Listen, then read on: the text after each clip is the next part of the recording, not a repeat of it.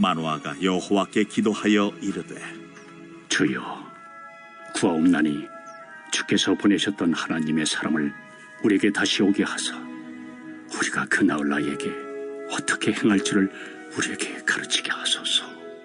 하니 하나님이 마노아의 목소리를 들으시니라. 여인이 밭에 앉았을 때에 하나님의 사자가 다시 그에게 임하였으나 그의 남편 마노아는 함께 있지 아니한지라. 여인이 급히 달려가서 그의 남편에게 알리어 이르되 보소서, 전일에 내게 오셨던 그 사람이 내게 나타났나이다 하매 마노아가 일어나 아내를 따라가서 그 사람에게 이르러 그에게 묻되 당신이 이 여인에게 말씀하신 그 사람이니까? 내가 그로다. 마노아가 이르되 이제 당신의 말씀대로 되기를 원하나이다. 이 아이를 어떻게 기르며 우리가 그에게 어떻게 행하리까? 자동차왕으로 불렸던 헨리 포드는 역사상 가장 뛰어난 경영인 가운데 한 사람입니다. 보편적인 생산 방식, 즉 분업이라는 걸 통해서 자동차를 대량으로 생산을 했습니다. 그래서 가격을 많이 떨어뜨리게 되었죠. 사실 당시만 해도 엄청난 가격을 주고 사야만 할 자동차였지만은 헨리 포드로 인해서 저렴한 가격으로 대중들이, 많은 사람들이 자동차를 사용하게 되었습니다. 또 그는 매우 인간적인 경영인이었습니다. 사업이 엄청난 성공을 거두면서 얻은 수익으로 자신의 공장의 노동자들에게 임금을 대폭 올려주었습니다. 그로 인해서 노동자 하층 계층 사람들이 이 생활을 좀 여유롭게 할 수 있게 되었고, 또 자신들이 만든 차를 직접 구입해 가지고 차를 사용할 수 있게 만들어 주었죠. 그래서 우리가 보통 중산층이다 이런 말을 사용을 합니다. 그전에는 상류층, 하류층 이렇게 나뉘어져 있었는데, 이 중산층이라는 이 용어가 바로 헨리 포드에 의해서 시작되었다는 것에야말로 과언이 아니라고 말할 수 있습니다. 그는 자동차뿐만이 아닙니다. 직물, 유리, 페인트, 다양한 분야의 사업체까지 인수해서 성공적으로 경영한, 다방면적으로 뛰어난 큰 성공을 거두었던 사람이었습니다. 그가 은퇴한 후에 80세 생일의 모임에 참석하게 되었는데, 수많은 사람들이 그의 일생에 엄청난 성공을 거두었던 그 이야기를 듣고 싶어 했는데, 그 중에 한 사람이 포드에게 질문을 던졌습니다. 선생님, 일생 동안 많은 성공을 거두셨는데 가장 중요한 성공은 어떤 것이라고 생각을 하십니까? 그때 포드가 이렇게 대답을 했답니다. 그것은 나의 가정입니다. 나의 가정. 그것이 가장 큰 성공이었습니다. 이렇게 고백을 했습니다. 헨리 포드는 자기 자신이 회사에서 만든 자동차를 통해서 많은 성공을 거두었죠. 또 많은 사람들에게 베푸는 삶을 살았습니다. 그가 자동차를 만들어서 돈을 많이 벌 때 첫 번째 자기의 집을 짓게 되었는데, 그 자신의 집을 어디다 지었냐면은, 자기 자신은 가난한 농부의 아들로 태어났기 때문에 자기가 자랐던 고향의 밭에 한가운데다가 아주 초라한 그 집을 한 채를 지었습니다. 그리고 첫 번째 그 집을 자택으로 사용하게 되었습니다. 어느 날 주택이라고 하기엔 너무나 초라한 그 집에 자기 부하 직원이 찾아왔습니다. 그리고 부하 직원이 그 집을 보는 순간 너무나 실망스러웠어요. 그래서 헨리에게 이렇게 물었습니다. 사장님, 저택답게 좀 더 아름답게 크게 건축하면 어떠시겠습니까? 이렇게 질문했답니다. 그때 헨리 포드는 이렇게 답을 했습니다. 집을 세우는 것은 문제가 아닐세. 그 속에 가정을 세우는 것이 문제지. 이렇게 유명한 대답을 했습니다. 집을 세우는 것은, 건물을 세우는 것은 문제가 아닌데, 그 건물 안에 가정을 세우는 것이 문제라는 것입니다. 헨리 포드에게 가장 중요했던 것은 집이 아니고 가정이었습니다. 인생의 버팀목이 되어주고 안식과 활력을 얻을 수 있는 가정이야말로 하나님께서 우리에게 주신 축복의 공간이 되는 줄로 믿습니다. 독일의 자존심이었던 요한 볼프강 폰 괴테가 있죠. 이 괴테는 인간의 행복에 대해서 이렇게 말합니다. 어떤 사람이 행복한 인생을 살 수가 있는가 말하면서 그는 말하기를 임금이든 백성이든 자기 가정에 평화를 찾는 자가 가장 행복한 사람이다라고 얘기를 했습니다. 그렇습니다. 부부가 서로 신뢰하고 존중할 때 그 가정에 평화가 있고 행복한 가정을 만들 수 있는 줄로 믿습니다. 오늘 본문 말씀에도 보니까 그런 한 가정을 만나게 되죠. 마노아라는 가정인데 이 가정은 하나님의 은혜를 입고 하나님께 헌신해서 이스라엘 민족의 역사 속에서 크게 쓰임받는 가정을 세웠습니다. 우리 주변에 보면은 이웃에게 유익을 주는 가정이 있는가 하면 해를 끼치는 가정도 있죠. 그런데 이웃에게 유익을 주지 못하고 해를 끼치는 가정이 되면 주변 사람들에게 비난과 손가락질을 받는 것을 볼 수 있지 않습니까? 그래서 그리스도인들의 가정은 이웃에게 유익을 줄 수 있는 그런 가정이 되어야 될 줄로 믿습니다. 오늘 본문 말씀인 사사기 13장은 유명한 삼손의 출생 배경을 기록하고 있는 내용입니다. 삼손이 출생한 시기는 이스라엘의 사사시대였습니다. 이스라엘 사사시대란 것은 이스라엘 민족의 역사 속에서 가장 타락하고 가장 암흑의 시기라고 말할 수가 있죠. 그 시기에 삼손이 태어났는데 그때 상황에 대해서 성경은 이렇게 설명을 합니다. 먼저 삼손이 출생한 역사적 상황을 한번 보시기 바랍니다. 사사기 13장 1절인데 제가 한번 읽어드리겠습니다. 이스라엘 자손이 다시 여호와의 목전에 악을 행하였으므로 여호와께서 그들을 40년 동안 블레셋 사람의 손에 넘겨주시니라.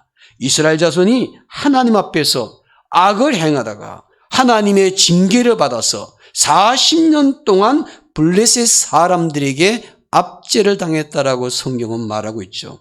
그들은 40년 동안 고통과 괴로움을 당했습니다. 40년 동안 고통을 받았다는 것을 말해주듯이 그들은 엄청난 죄악을 범했고 타락한 시대를 살고 있는 사람들이었습니다. 그런데 그 타락한 시대에도 하나님께서 보실 때 아름다운 가정이 있더라는 것입니다. 이 가정이 바로 마노아의 가정입니다. 하나님께 쓰임받은 이 가정에서 이스라엘 민족의 역사 속에 암흑의 시대 속에서도 그 민족을 구원하는 위대한 지도자가 탄생되었습니다.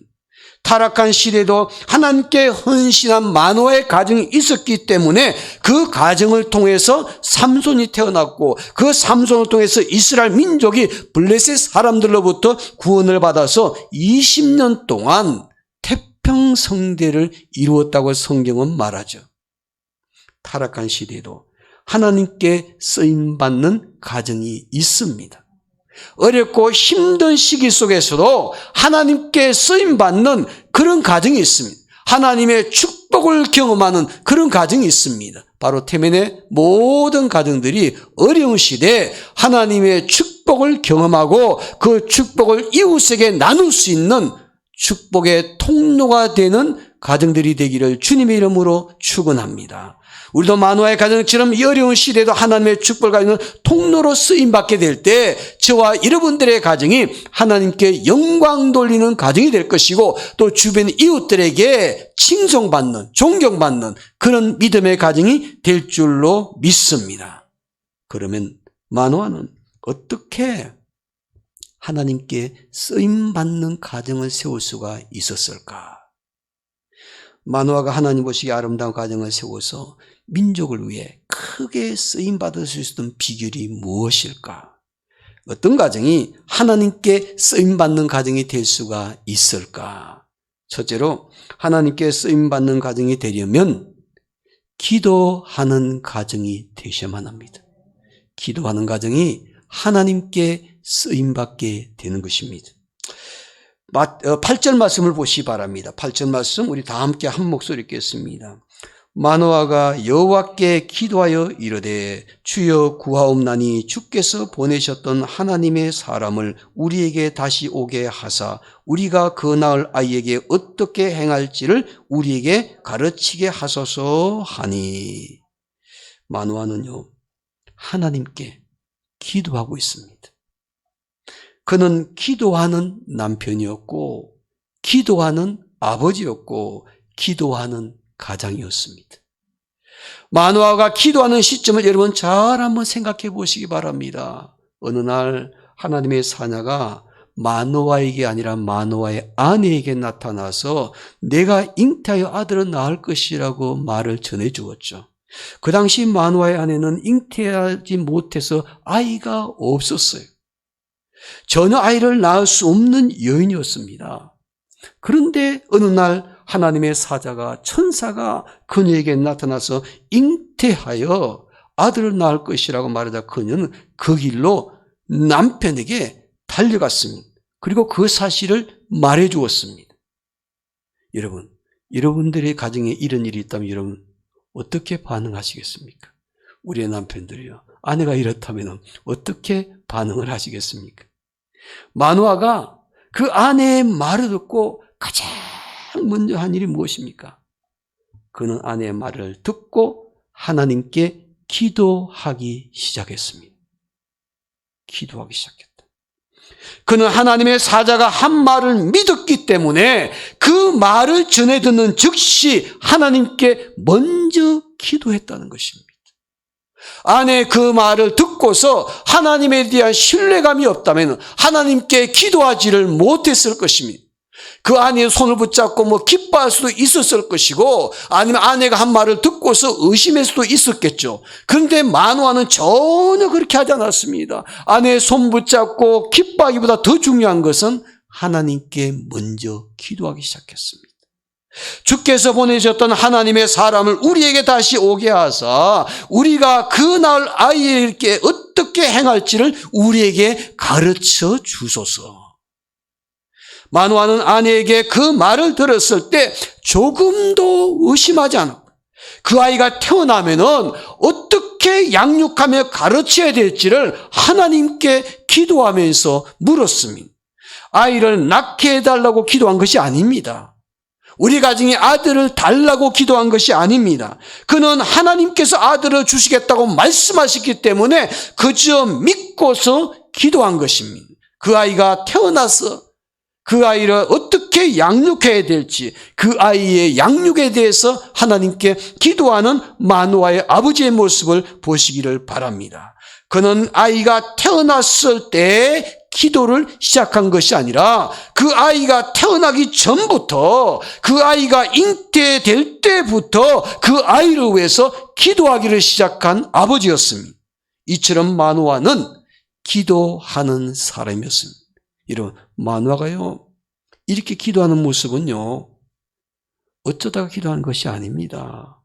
평상시에 늘 그렇게 기도로 생활을 해왔기 때문에, 기도가 얼마나 중요한지를 알았기 때문에 마노아는 가장 먼저 기도하는 것이 습관적으로 나오게 된 것이죠. 여러분, 우리가 습관화가 잘 되지 않으면요, 참 힘든 게 많지 않습니까? 우리가 운전할 때 처음 초보 운전한 사람들, 우리가 운전할 때 너무너무 힘들잖아요. 근데 운전을 오래 해갖고 이제 습관화된 사람들은요, 운전하는 거 쉽습니다. 그냥 무의식적으로 운전할 수가 있어요. 왜? 습관이 됐기 때문에. 근데 기도하는 것이 너무나 힘들다고 어렵다고 얘기하신 분들이 계시죠. 그 이유가 뭔지 아십니까? 기도가 습관화가 되어 있지 않기 때문에 그렇습니다. 기도가 생활화되어 있지 않기 때문에 우리가 기도한 교회에서 남성보다는 여성을 먼저 떠올리잖아요. 기도하는 건 보면 새벽 기도도 그렇고 여자들이 더 많이 나오지 않습니까? 근데 우리 교회는 새벽 기도 나오시는 거 보면은 남성하고 여성의 비율이 비슷합니다. 어떤 날은요, 남자가 더 많습니다. 여자가 많은 날은 별로 없어요. 남자들이 더 많습니다. 근데 보통 보면은, 기도는 남자가 아니라 여자가 해야 되는 것처럼 그렇게 생각하는 경우가 종종 있죠. 심지어는 그렇게 말합니다. 믿지 않는 남편들도 가정에 어려운 일이 생기면 아내에게 왜 새벽기도 안 나가냐, 새벽기도 나가라고 아내 보고 막 기도하라고 시키는 남편들도 있죠. 여러분, 자기가 먼저 하나님 앞에 기도의 무릎을 꿇는데 누구였습니까? 마노아였습니다. 마노아는 아들을 낳아서 하나님께 귀하게 쓰임받는 이 말씀을 듣는 순간 말하기를, 여보 얼마나 기뻐, 당신이 기도하시오. 그렇게 말하지 않았습니다. 마노아가 아버지가 남편이 먼저 기도했습니다. 사랑하는 성도분, 남편들 가운데 기도 많이 하는 분들 정말 얻고 다니시기 바랍니다. 정말 축복입니다. 올 가정의 달에 마노아처럼 기도하는 부모가 되어서 우리의 가정이 하나님께 쓰임받을 뿐만 아니라 우리의 자녀들까지도 축복을 받는 귀한 역사가 일어나게 되기를 주님의 이름으로 축복합니다. 둘째로 하나님께 쓰임받는 가정이 되려면 하나님 말씀에 순종하는 가정이 되셔야만 합니다. 마노아는 아내에게 나타나서 하나님 말씀을 전하는 하나님의 사자를 다시 만나기를 기도했습니다. 그래서 그 기도의 응답으로 하나님의 사자가 마노아에게 나타났습니다. 여러분, 이런 경험을 하게 되었다면 바로 하나님 말씀을 전했던 천사를 만났다면 여러분들은 어떤 말을 하시겠습니까? 마노아는 그 하나님의 사자를 만났을 때 이렇게 고백을 합니다. 그 내용이 본문 12절입니다. 자, 12절 말씀 우리 한 목소리 함께 읽겠습니다. 마노아가 이르되 이제 당신의 말씀대로 되기를 원하나이다. 이 아이를 어떻게 기르며 우리가 그에게 어떻게 행하리까? 마노아는요, 하나님의 사자의 말을 듣기도 전에 먼저 고백을 합니다. 하나님의 사자를 만나는 순간 그 사자가 말하기 전에 마노아가 먼저 고백을 합니다. 뭐라고 말합니까? 당신의 말씀을 듣기를, 당신의 말씀대로 되기를 원하나이다. 당신의 말씀대로 되기를 원하나이다. 이 말은 하나님 말씀대로 되기를 원한다는 것입니다. 무슨 말씀을 하시든지 전적으로 하나님 말씀에 순종하겠다는 뜻이죠. 마노아는 기도하는 사람이었을 뿐만 아니라 말씀에 철저하게 순종하는 사람이었습니다. 하나님 말씀을 듣는 것으로 끝나는 것이 아니라 그 말씀에 순종해서 그 말씀대로 사는 사람이었죠. 이런 사람이 하나님 보실 때 하나님께 귀하게 쓰임받는 가정을 세울 수 있는 줄로 믿습니다. 예수님의 육신의 어머니 마리아의 신앙은 여러분 생각해 보십시오. 가장 큰 특징이 무엇입니까? 말씀에 순종하는 신앙입니다. 누가복음 1장에 보니까 가브리엘 천사가 마리아에게 나타나서 예수의 수태를 고지해 줍니다. 그때 마리아가 이렇게 대답을 하죠. 마리아가 가로되 주의 계집종이 말씀대로 이루어지이다. 말씀대로 이루어지이다. 그랬을 때 훗날 말씀대로 이루어졌습니다. 요한복음 2장에 보니까 갈릴리 가나에서 혼인잔치 때 첫 번째 이적, 기적, 표적이 나타났는데 그때도 이렇게 말합니다. 그 어머니가 하인들에게 이르되 너희에게 무슨 말씀을 하시든지 그대로 하라 하니라. 육신의 어머니 마리아는 가장 큰 특징이 뭐냐면은 항상 말씀을 듣는 순간 그 말씀에 순종하는 믿음을 가졌다는 것입니다. 이런 가정에 하나님의 귀한 역사가 일어나게 된 것이죠. 미국의 초대 대통령 워싱턴이 어머니의 생일 축하에 많은 외빈들을 초대했습니다. 외빈들이 초대를 받아 그 중에 프랑스 대사가 이 워싱턴 대통령 어머니에게 가까이 가서 이렇게 질문을 던졌답니다. 이렇게 훌륭한 아들을 양육한 비결이 무엇입니까? 어떻게 이렇게 훌륭한 아들을 키우셨습니까? 이렇게 프랑스 대사가 물었더니 그 어머니가 이렇게 대답을 했다지 않습니까? 내 아들이 어려서부터 하나님 말씀에 순종하고 교회를 떠나지 않도록 철저하게 가르쳤습니다. 하나님 말씀에 순종하는 법, 어렸을 때부터 교회를 떠나지 않도록 철저하게 가르친 것이 자녀 양육의 비결이었습니다. 이렇게 대답을 했습니다. 워싱턴 대통령 어머니는 참 신앙이 좋은 사람이었습니다. 그는 무엇보다도 그의 아들을 하나님 말씀으로 양육을 했죠. 어렸을 때부터 하나님 말씀에 순종하고 항상 교회를 떠나지 않도록 하나님 중심으로 살도록 가르쳤습니다. 그래서 그를 미국인들이 가장 존경하는 지도자로 세울 수가 있었죠. 하나님의 역사에서 위대하게 쓰임받는 사람의 특징 가운데 하나는 하나님 말씀에 순종하는 것이었습니다. 마노아는 이스라엘 민족을 구원하기 위해서 위대한 사사 삼손을 양육하여서 하나님께 크게 쓰임받도록 했던 비결도 한마디로 말하면 기도와 하나님 말씀에 순종하는 것이었습니다. 하나님 말씀에 집중하여 잘 듣고 그 말씀에 순종하며 사는 사람이 하나님께 쓰임받는 가정을 세울 수 있는 것입니다. 그러므로 우리도 올 가정의 달에 기도의 사람이 될 뿐만 아니라 말씀에 순종하는 사람이 되어서 하나님께 크게 쓰임받는 축복의 가정을 세우게 되시기를 주님의 이름으로 축원합니다. 하나님께 쓰임받는 축복의 가정이 되려면 어떻게 해야 될까? 첫째는 기도하는 가정이 되셔야만 합니다. 둘째는 말씀에 순종하는 가정이 되셔야만 합니다.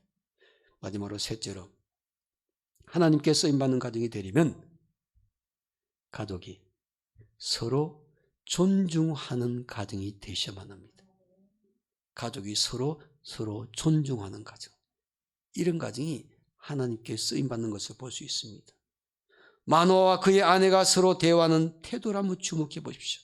그 모습을 보면요, 이들 부부는 상대방을 절대로 무시하지 않습니다. 상대방을 무시하는 것이 아니라 서로 존중하는 것을 보게 됩니다. 우리가 온 가족이 서로 존중하는 가정의 분위기를 만들려면요, 첫 단계가 뭐냐면은 부부가 서로 존중하셔야 됩니다.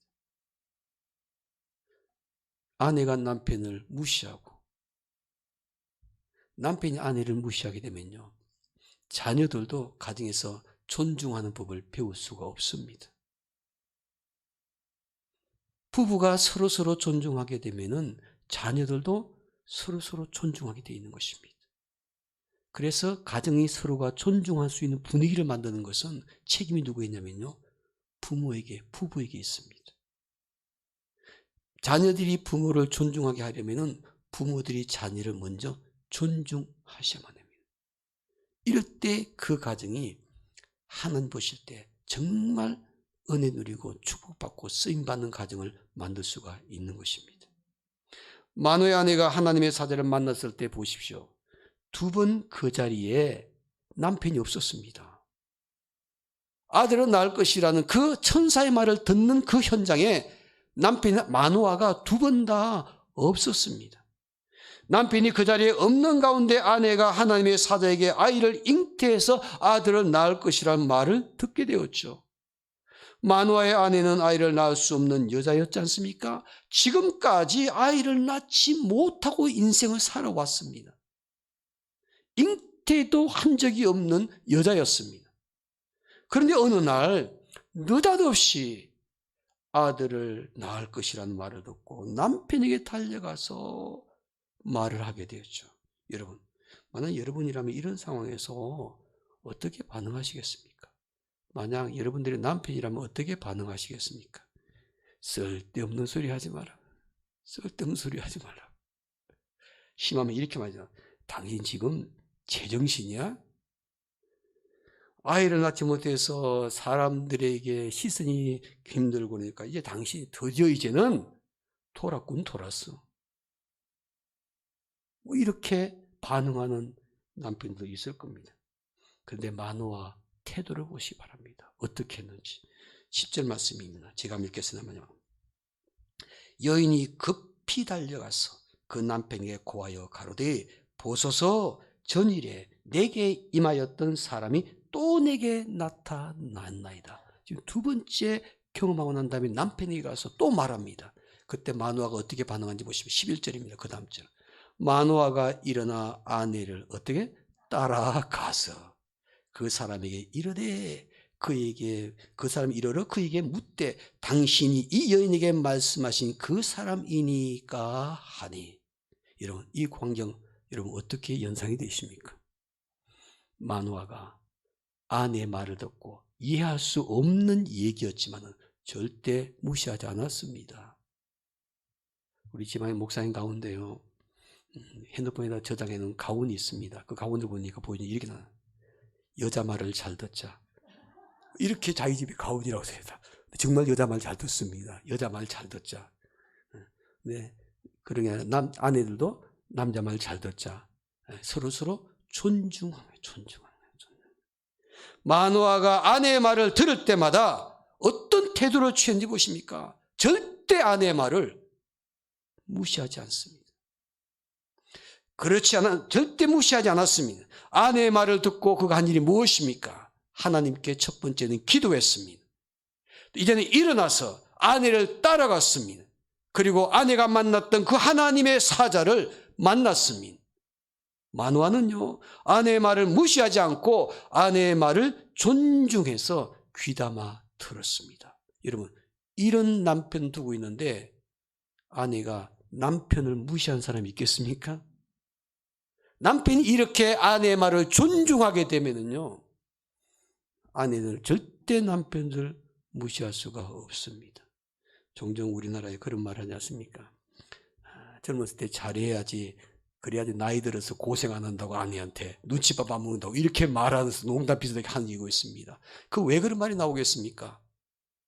종종 나이 들게 되면 아내가 남편을 구박하는 가정이 있기 때문입니다. 우리 태맥교는 한 가정도 그런 가정이 없는 줄로 믿습니다. 여러분, 남편이 이렇게 아내를 존중하게 되면요, 아내는 절대 남편을 구박할 수도 없고 존중 안 할래 안 할 수가 없습니다. 인격적으로 존중해 주게 되면 본인도 존중을 받게 되는 것입니다. 마노아의 아내는 어떤가요? 마노아가 이렇게 아내의 말을 듣고도 이해할 수 없는 일을 겪었지만 두 번에 걸쳐가지고 아내의 말을 존중했습니다. 귀담아 들어주었습니다. 마노아의 그 아내는 그럼 도대체 마노아가 어떻게 했을까요? 그녀도 마찬가지입니다. 하나님의 사자의 말을 들었을 때 자기 마음대로 결정하지 않았습니다. 여러분 생각해 보십시오. 아내가 아들을 지금까지 자식을 낳지 못해서 힘들었는데 어느 날 하나님의 사자가 천사가 나타나서 아들을 잉태해서 낳을 것이란 말을 들었을 때 이 마노아 아내가 얼마나 기뻤겠습니까? 얼마나 기뻤겠습니까? 근데 그 아내가 가장 먼저 누구에게 찾아가서 의논합니까? 상담가에게 찾아가지 않았습니다. 의사에게 찾아가지 않았습니다. 자기 친정 식구들에게 찾아가지 않았습니다. 친한 친구에게 알리지 않았습니다. 제일 먼저 남편이 생각났습니다.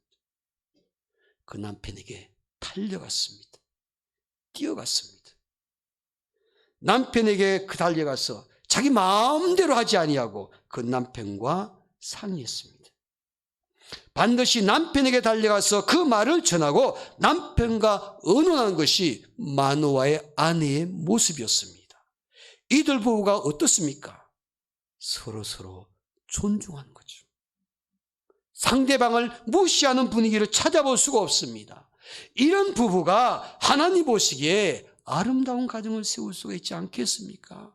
하나님께서 바로 이런 가정을 귀하게 써 주실 것입니다.